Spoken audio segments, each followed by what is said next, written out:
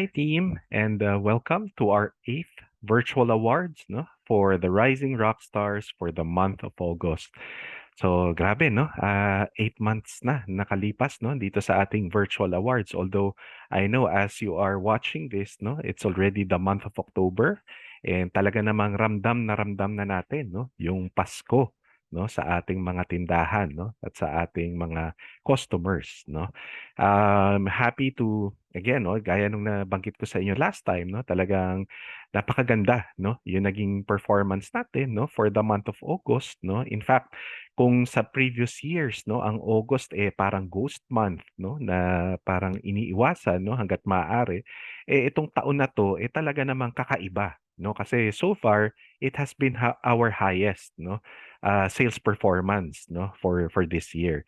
And of course, there are a number of factors, no, related to that. No, unang-una kasi na-move yung ating school opening, no, to August, pinayagan ng face-to-face classes, no, for schools, no, and of course with the increased mobility na rin, no. So syempre, marami rin talaga nakalabas, no, and marami yung mga dating purely online lang ang naging klase, no, ngayon kahit papano they felt the need na, no, to buy and upgrade, no, and update, no, yung kanilang mga uniform, yung kanilang mga susuotin para sa pagpasok nila, no. And ito naman obviously nakatulong talaga ng malaki sa atin, no.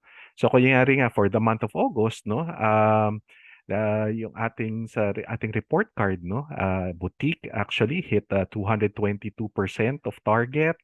Yung concession hit 216% of target, no? And kaya overall, no, for the month of August, we hit 212% of our target, no? And bringing our year-to-date August performance, no, to 126% achievement of our target. So again, great job guys, no? Kasi talaga namang na ano natin, no, talagang nalampasan natin, no, lahat ng mga ano natin, no, expectations natin. And that's something I will touch on later on, no. But I wanted to ano lang din, no, to take a look at yung ating mga year-to-date winners, no, dito sa ating League of Excellence, no, lalo particularly for the Rising Rock Stars, no. So kung maalala nyo last time, no, last month, no, pinakita ko sa inyo, no, sa year-to-date July, ilan ba yung mga naging winners natin, no, as a percentage, no. So kita natin for ano, no, for August, no, for the store managers and the store head level, no, for boutique and for concession, no, almost the same pa rin, no? About 80-20, no? Or about 70%, 30%, no? Yung mga winners, yung mga repeat winners, no? As opposed to the first time winners, no? Pero what I'm happy to share with you guys dun sa ating mga sales associates, no? Nakita natin tumaas, no? Yung percentage ng mga nag-repeat winners, no? So, dati 50-50 no? Yung split ng ating mga first timers tsaka ng repeat winners. Pero ngayon nakita natin almost 60-40 na, no? In favor of repeat winners, no? And again, what that means, no, is that you guys really took to heart, no, yung naging message ko sa inyo last month, no, yung message ko about consistency, no, nasabi ko nga, maganda na we make excellence a habit, no, na araw-araw, no, talagang ginagawa natin lahat ng magagawa natin na makakaya natin, no, to improve on ourselves, no, to see that continuous improvement, no, in ourselves, no, and to always be better than the previous day, no. So the fact that we have a lot of repeat winners now, no, it means talaga na you ano talaga you are doing your best, no, to really qualify and to win, no, in our League of Excellence. Of course, may space pa rin for the new winners, for the first time winners, no, but it's always good, no, to see a lot of consistent winners as well, no, in our League of Excellence. Now I mentioned kanina, no, I wanted to touch on, no, yung about yung naging performance natin for the month of August, no? Sabi nga ni Alexander Graham Bell, no, before anything else, preparation is the key to success, no? And si Alexander Graham Bell, no, siya yung nag-invent ng telephone, no? And marami siyang ibang mga naging contributions, no, to society, to science, no, into technology, no? And eto mga to, no, sabi I think very crucial, no, very important tong line niya, no, itong quote niya, no, na in everything that we do, preparation is always important, no. We need to plan, we need to prepare, we need to be ready, no, so that we can be successful, no. Nito nga recently, 'di ba, kung maalala nyo, there was this big super typhoon, no, and everyone really was alerted, everyone prepared, no, yung maraming mga naging early evacuation, hindi na hinintay na kailangan pa silang i-rescue, no? And of course, no, aside from yung the fact that Sierra Madre, no, really protected us, no, and nakatulong para mapahina finally, no, yung typhoon, no. Pero the fact that everyone was ready, everyone was prepared, no, and maagap, no, yung pag-evacuate, maraming lives, no, ang na spare, no, maraming lives ang na-save, no. Of course, we pray for those who had damaged properties or who may have lost some loved ones, no, especially the rescuers, no, in Bulacan, no. Pero I think, no, as a, in general, no, marami pa rin ang mas na-save, no, kasi mas naging handa, no. And I think sa atin, no, it's really important, no, yung preparation, no, kasi kunyari yung sa August, no, although again maganda yung performance natin, pero alam natin baka mas naging maganda pa if we had even more stocks to sell, no. And alam natin hindi ganoon kadali magkaroon ng stocks kasi ino-order natin in advance, no, yung stocks natin. So we had to plan out ano ba yung mabebenta natin, no. And again, it was a good problem to have, no, na nasobrahan natin, no, yung ating expectations, yung ating forecast. Kaya naman ang taas ng naging performance natin. But what that shows us as well, no, is kapag hindi tayo handa, no, kapag masyado naman nating nakulangan, no, we miss out on some opportunities, no. And that's why hopefully, no, this coming Q4, kasi we expect all the stocks to be arriving this October, no. Magdadatingan na lahat ng stocks natin intended for Q4. And talaga naman pagdating sa warehouse, pinapa-deliver ka agad natin sa stores, no. So we expect these stocks, no, to be in our stores para ready tayo to sell and ready tayo to maximize, no? And then for next year, kasi nakita na natin yung naging performance natin this year, nakita natin yung takbo ng economy, takbo ng ano, no, yung even with the ano, no, with the pandemic almost over, no? So alam na natin how pretty much, no, to react, no? So we'd really want to be able to maximize, no, itong mga opportunities na to para makabawi naman tayo, no? Kasi again, 2020, 2021, no, alam natin were down years for us, no? We lost a lot of money then, no? But buti nga kahit papaano may konti pa tayong natira para we can still continue with the business and kailangan natin makabawi, no? Para maitaguyod ulit natin yung negosyo natin and yung kumpanya natin, no? So kaya asahan nyo na in the coming months and in the coming year, no, for 2023, no, it will really be no, ramping up, no, yung efforts natin, ramping up yung stocks, no, para talaga namang ma-maximize natin, no, yung sales natin. So yung preparation natin, no, it goes without saying, no, kailangan handa yung ating stock room, ready yung stock room natin, we have the space para pagdating ng stocks, no, malalagay natin, hindi tayo magba-backload, no. Kailangan handa yung display natin, no. Dapat maayos yung display natin, maganda, sinusundan natin yung mga VM display guidelines, no? Dapat napag-aralan natin na maigi, no, yung ating product info for the stocks that will be arriving, no? Dapat kabisado natin, alam natin ano ba yung features, advantages and benefits, no, ng ating mga items na parating, no, para maibenta natin at maibahagi natin, masabi natin sa mga customers natin, no, kung bakit maganda yung items natin, no.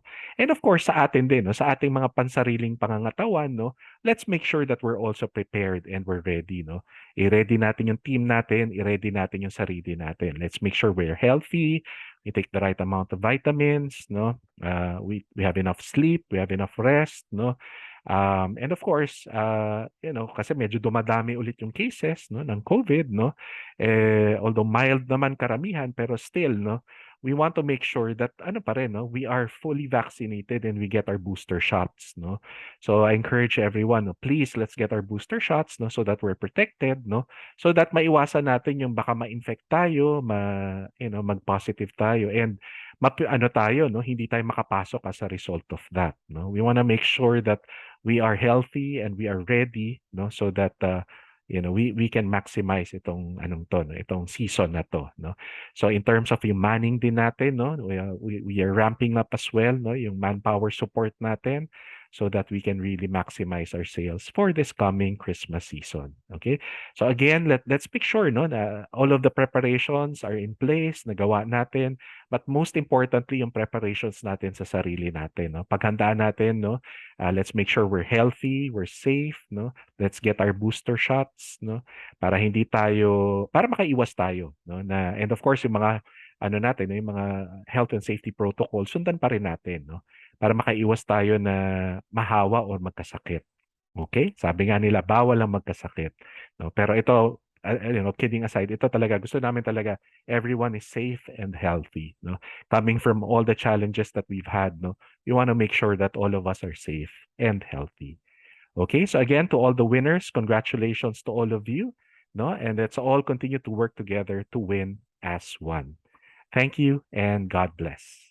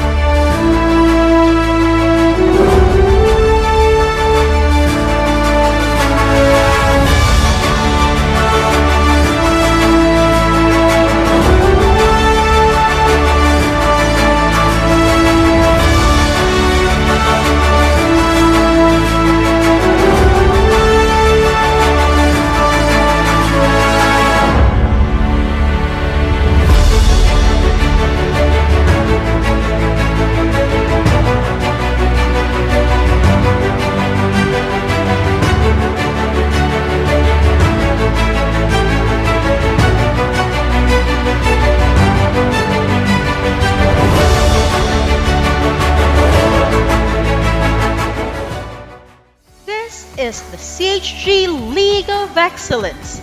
We are a family bonded by trust, compassion, integrity, and excellence. We are a company of winners who will never say die and who will never give up. We are one and we will rise as one and come back even stronger.